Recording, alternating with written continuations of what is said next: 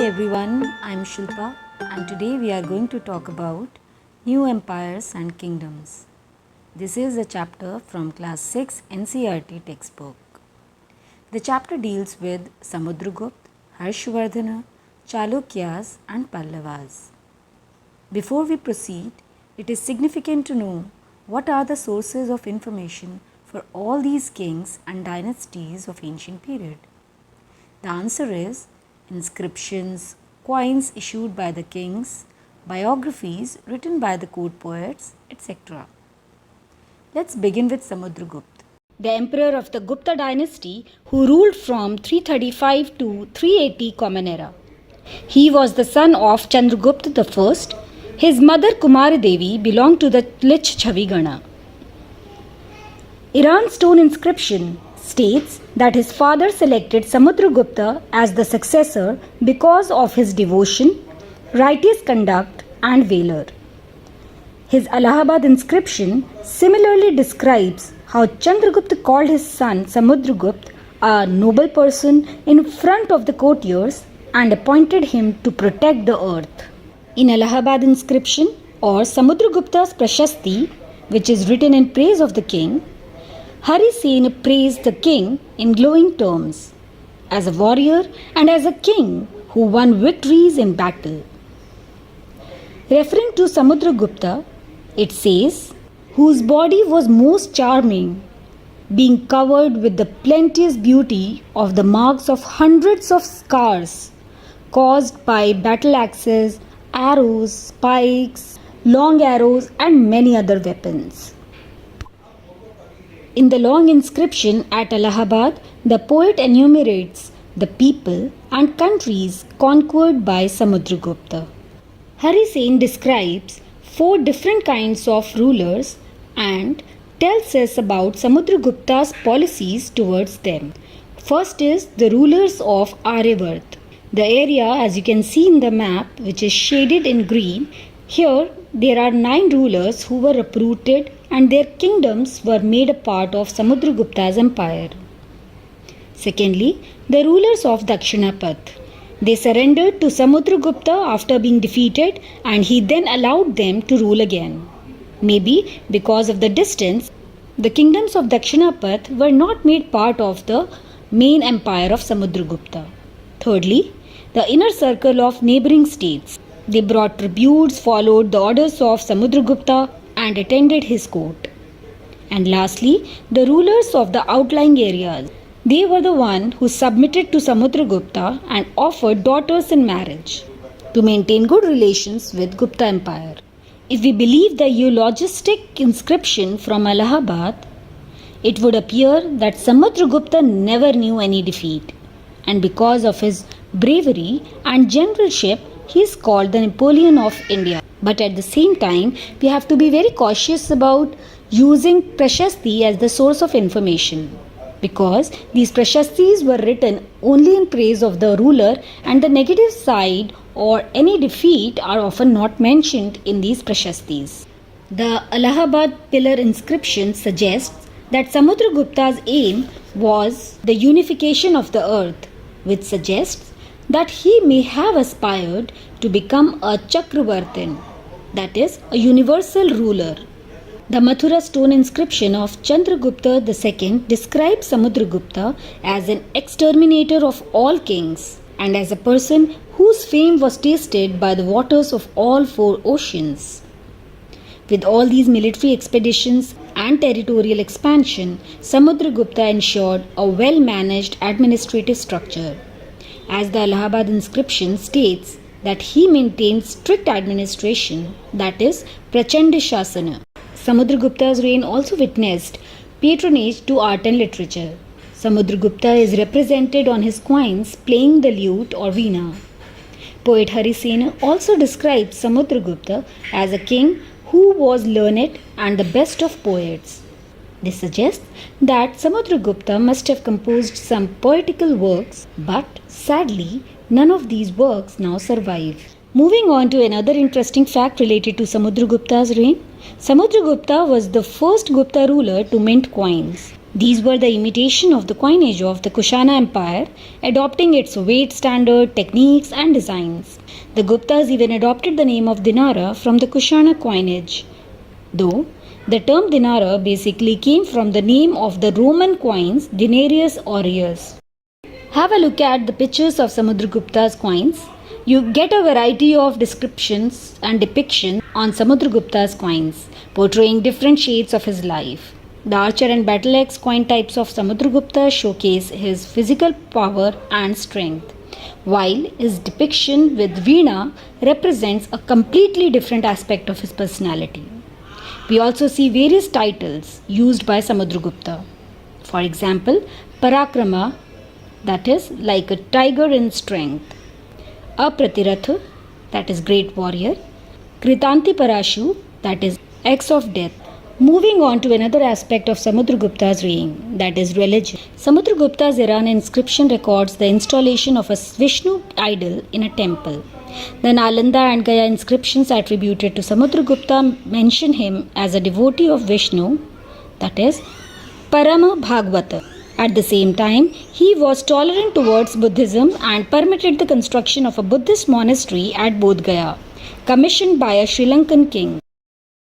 Besides all this, Samudragupta is considered as a compassionate ruler who cared a lot for the welfare of his subjects, particularly the poor and the destitute.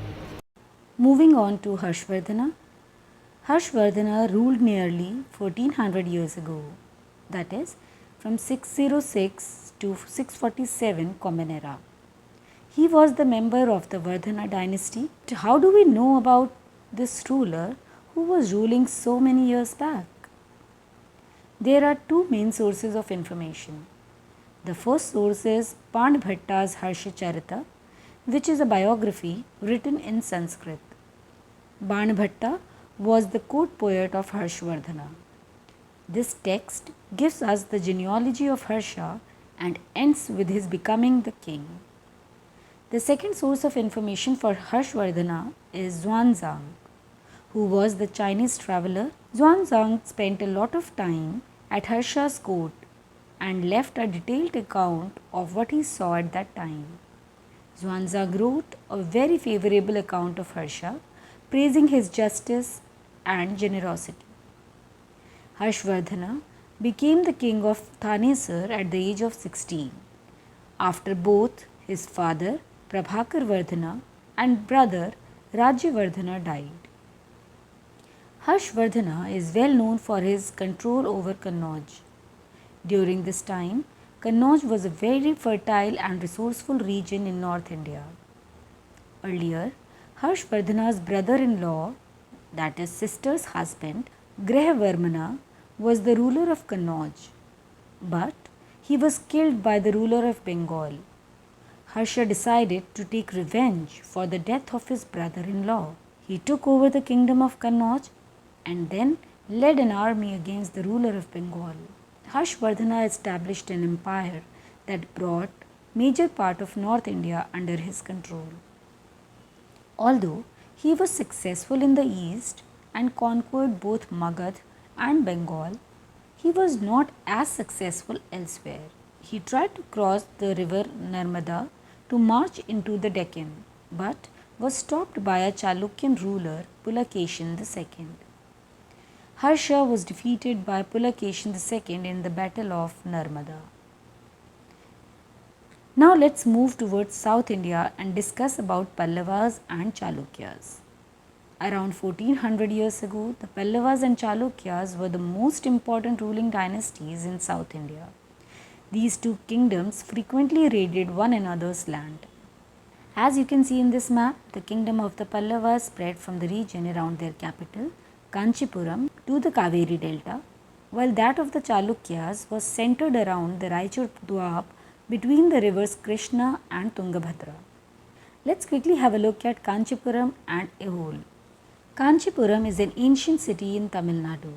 It was also a noted center of learning for Tamil and Sanskrit scholars. Known as the religious capital of the south, its early 8th century Common Era Kailashnath temple is one of the most impressive structures surviving from ancient India. Aihole was the capital of Chalukyas. It was an important trading center. It also developed as a religious center with a number of temples. Chalukya kings built more than 100 temples here. The Chalukyas created their style of rock architecture by bringing together northern and southern Indian styles. The best known Chalukya ruler was Pulakeshin II. We know about him from a Prashasti composed by his court poet Ravikirti. According to Ravikirti, Pulakeshin II led expeditions along the west and the east coast. Besides, he checked the advance of Harshavardhana. Ravikirti says that after this defeat, Harshavardhana was no longer Harsha, that is, happy. Ravikirti also mentions that Pulakeshin also attacked the Pallava king who took shelter behind the walls of Kanchipuram. Now let's move on to the administrative structure of the southern kingdoms. Here, the inscriptions of the Pallavas can be considered as a significant source of information which mention a number of local assemblies. Let's have a look at the Sabha, Ur and Nagaram. Sabha was an assembly of Brahmin landowners.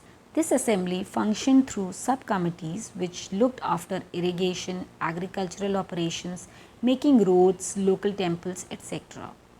The Ur was a village assembly found in areas where landowners were not Brahmins. And Nagaram was an organization of merchants. It is likely that the assemblies were controlled by rich and powerful landowners and merchants.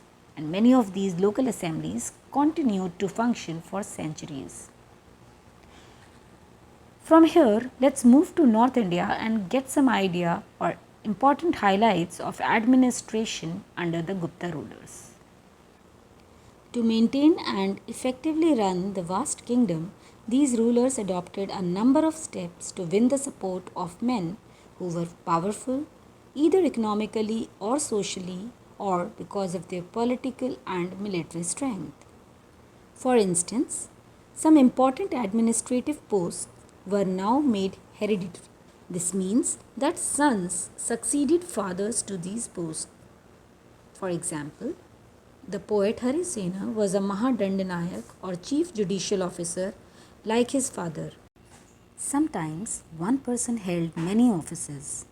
For instance, besides being a Mahadandanayak, Harisen was a Kumaramatya, meaning an important minister, and a Sandhi Vigrahika, meaning a minister of war and peace. Besides, important men probably had a say in local administration. These included the Nagar Sreshti or chief banker or merchant of the city, the Satvaha or leader of the merchant caravans, the Prathama Kulika or the chief craftsman, and the head of the Kayast or scribes. These ways definitely helped the Gupta rulers to gain support of powerful men. But at the same time, we cannot forget the fact that some of these powerful men grew strong enough over the time to set up their own independent kingdoms.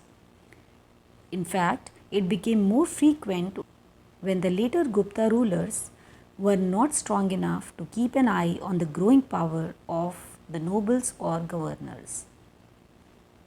Besides administration, the Gupta rulers also maintained a well organized army with elephants, chariots, cavalry, and foot soldiers. Besides, there were military leaders who provided the king with troops whenever he needed them. They were not paid regular salaries, instead, some of them received grants of land. They collected revenue from the land and used this to maintain soldiers and horses and provide equipment for warfare. These men were known as Samantas. But whenever the ruler was weak, Samantas tried to become independent. Let's move on to the society of the ordinary or common people like us in North India during the Gupta period. After all, history is not just about the big names, kings, and ministers only. We can catch an occasional glimpse of the lives of ordinary people from plays and other accounts. Kalidas is known for his plays depicting life in the king's court. An interesting feature about these plays is that the king and most Brahmins are shown as speaking Sanskrit, while women and men other than the king and Brahmins use Prakrit. What does it reflect? Maybe the society was hierarchical. Secondly, the important people like king and Brahmins spoke Sanskrit and Prakrit was the language of common people. Thirdly, maybe the people who knew Sanskrit were considered as more learned and respectful than others. Such a social hierarchy is also visible in the accounts of Fayan. The Chinese pilgrim Fayan noticed the plight of those who were treated as untouchables by the high and mighty. They were expected to live on the outskirts of the city. And he writes, if such a man enters a town or a marketplace, he strikes a piece of wood in order to keep himself separate. People hearing this sound know what it means and avoid touching him or brushing against him. So this is all about this chapter. For more such academic videos, do subscribe to Constructing Minds and hit the bell icon for regular updates from this channel.